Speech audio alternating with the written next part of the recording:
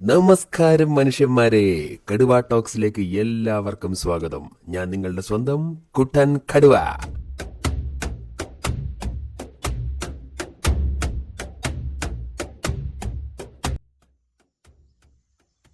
Mirage starring Asif Ali, Hakkim Shajahan, Aparna Balamurali, Hanna Reji Koshy. Jeethu Joseph സംവിധാനം. കഥ Aparna R Tharakkad. തിരക്കഥ ശ്രീനിവാസൻ അബ്രോൾ, പിന്നെ Jeethu Joseph. Cinematography Satheesh Kurup. Edit Vinayak. Music Vishnu Shyam. പടം രാവിലെ തന്നെ നമ്മളെല്ലാവരും കൂടെ ചെന്ന് നമ്മുടെ മണിയൻ്റെ മണിപ്പോളിസിൽ നിന്ന് കണ്ടു. സിനിമയെക്കുറിച്ച് പറയുകയാണെങ്കിൽ ഇനിയും നന്നാക്കാമായിരുന്നു. നല്ലൊരു ത്രില്ലറാക്കാനുള്ള എന്തൊക്കെയോ സംഗതീസ് ഉണ്ടായിരുന്നു കഥയിൽ. പക്ഷേ കഥ പറയാൻ ഒരുപാട് സമയമെടുത്തു. കഥാപാത്രങ്ങൾ എഴുതിയിരിക്കുന്നതിൽ എന്തൊക്കെയോ പ്രശ്നങ്ങൾ തോന്നി. സ്റ്റെപ്പ് ബൈ സ്റ്റെപ്പ് റിവീൽ ആയിക്കൊണ്ടിരിക്കുന്ന പാസ്റ്റ് കഥകളുണ്ട് എല്ലാവർക്കും. പക്ഷെ അതൊക്കെ പറഞ്ഞു വരാൻ ഒരുപാട് സമയമെടുത്തു. പിന്നെ ട്വിസ്റ്റില്ലാത്ത ത്രില്ലർ സിനിമകൾ ആനയില്ലാത്ത ബന്ദിപ്പൂർ കാട് പോലെ ആയതുകൊണ്ട് ഇതിലുമുണ്ട് കുറേ ട്വിസ്റ്റുകൾ. അതിനിടയിൽ ഞാൻ സിനിമയിൽ നിന്ന് ഔട്ടായി. ഇടയ്ക്കിടയ്ക്കൊരു ബോംബ് പൊട്ടിക്കും. അപ്പം നമ്മൾ വിചാരിക്കും പടം കത്താൻ പോവാണെന്ന്. ഒന്നും സംഭവിക്കില്ല. അങ്ങനെ തണുത്തു പോയൊരു ഫസ്റ്റ് ഹാഫ്.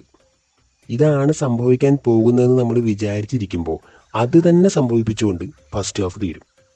പക്ഷേ അതെനിക്കിഷ്ടായി. നീ കൈയടിക്കണ ഞാൻ കണ്ടു. പക്ഷേ എനിക്കത് അത്രയ്ക്ക് തോന്നിയില്ല. ഇതിൽ നല്ല ടിസ്റ്റുകൾ നമ്മുടെ കാട്ടിൽ സംഭവിക്കാറില്ലേ? എന്ത് ടിസ്റ്റ്?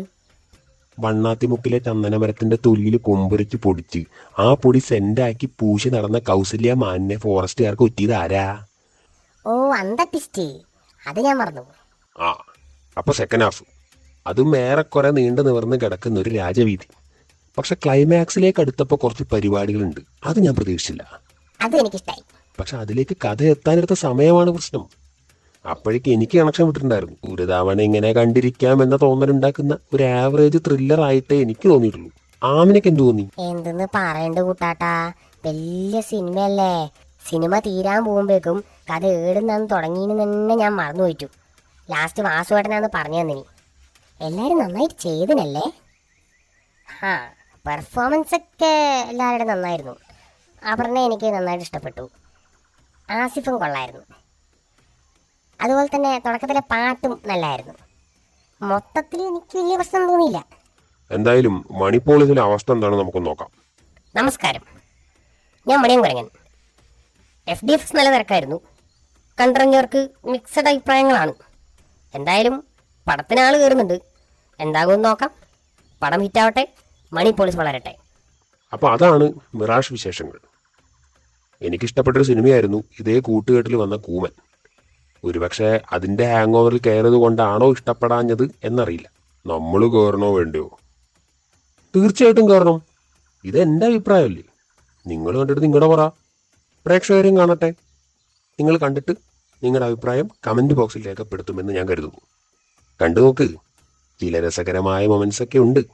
അപ്പോൾ എല്ലാവരും വീഡിയോ ഇഷ്ടപ്പെട്ടാൽ ലൈക്ക് ചെയ്യുക, സബ്സ്ക്രൈബ് ചെയ്യുക, കൂടെ നിൽക്കുക. അടുത്തൊരു വീഡിയോയുമായി വീണ്ടും വരാം. അതുവരേക്കും